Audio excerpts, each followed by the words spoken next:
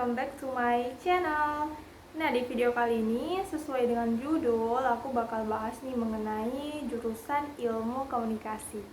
Siapa nih di antara kalian yang penasaran dengan jurusan ilmu komunikasi? Yuk, ikutin terus video ini. Nah, yang pertama aku bakal bahas nih mengenai apa sih jurusan ilmu komunikasi itu. Jadi, jurusan ilmu komunikasi itu adalah jurusan yang mempelajari tentang proses komunikasi di berbagai tingkatan, mulai dari individu, periklanan, komunikasi interkultural, komunikasi sosial media, hingga seni. Nah, di jurusan ini kita akan diajarkan mengenai proses komunikasi efektif.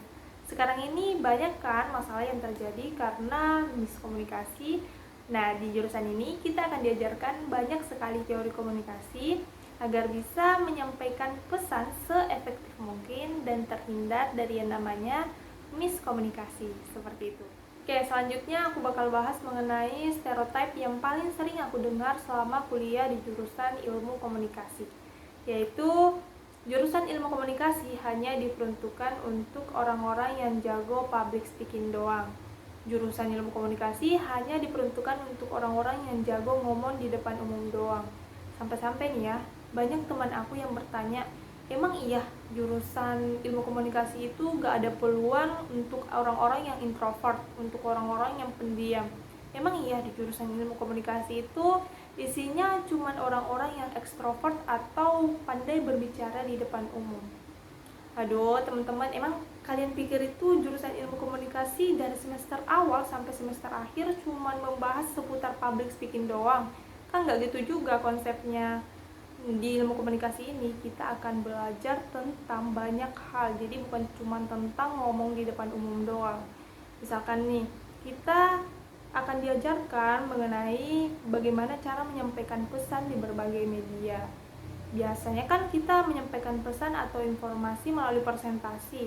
Nah, di luar dari itu, kita akan dituntut untuk bisa menyampaikan pesan melalui tulisan, melalui film, melalui foto, bahkan melalui desain.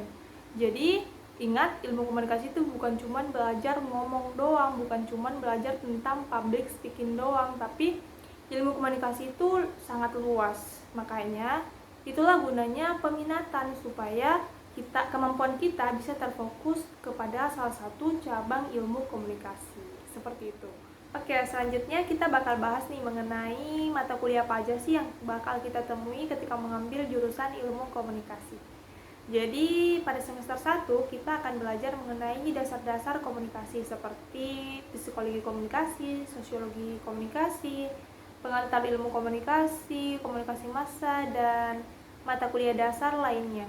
Biasanya setiap mata kuliah atau setiap pembahasan kita dituntut untuk bisa presentasi dan pengembangan diri yang disesuaikan dengan teori yang ada. Misalkan kita lagi bahas mengenai komunikasi intrapersonal.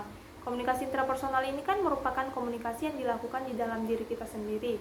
Nah, pada pembahasan ini kita akan dituntut untuk bisa memahami diri kita sendiri, untuk bisa bagaimana cara kita berkomunikasi dengan diri kita sendiri, lalu mencari tahu keahlian kita di mana, apa yang membuat kita senang, dan bagaimana cara kita mengatasi pada saat kita sedih, seperti itu.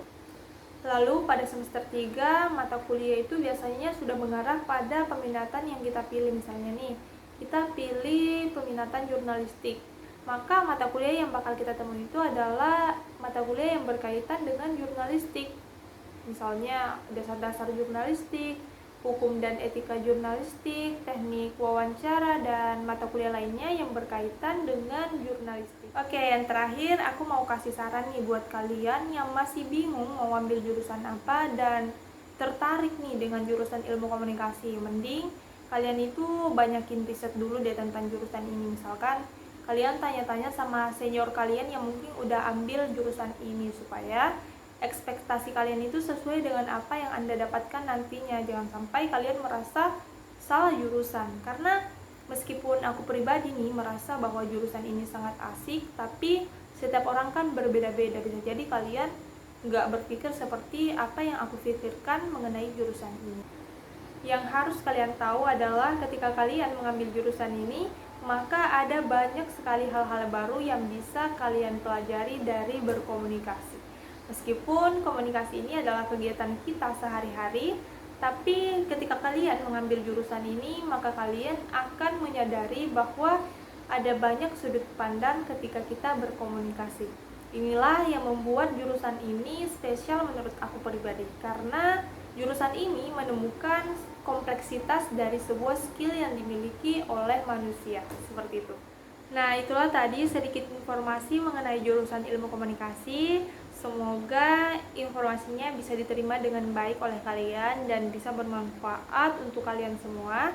Terima kasih buat kalian yang udah nonton video ini dari awal sampai akhir. Sampai jumpa di video selanjutnya.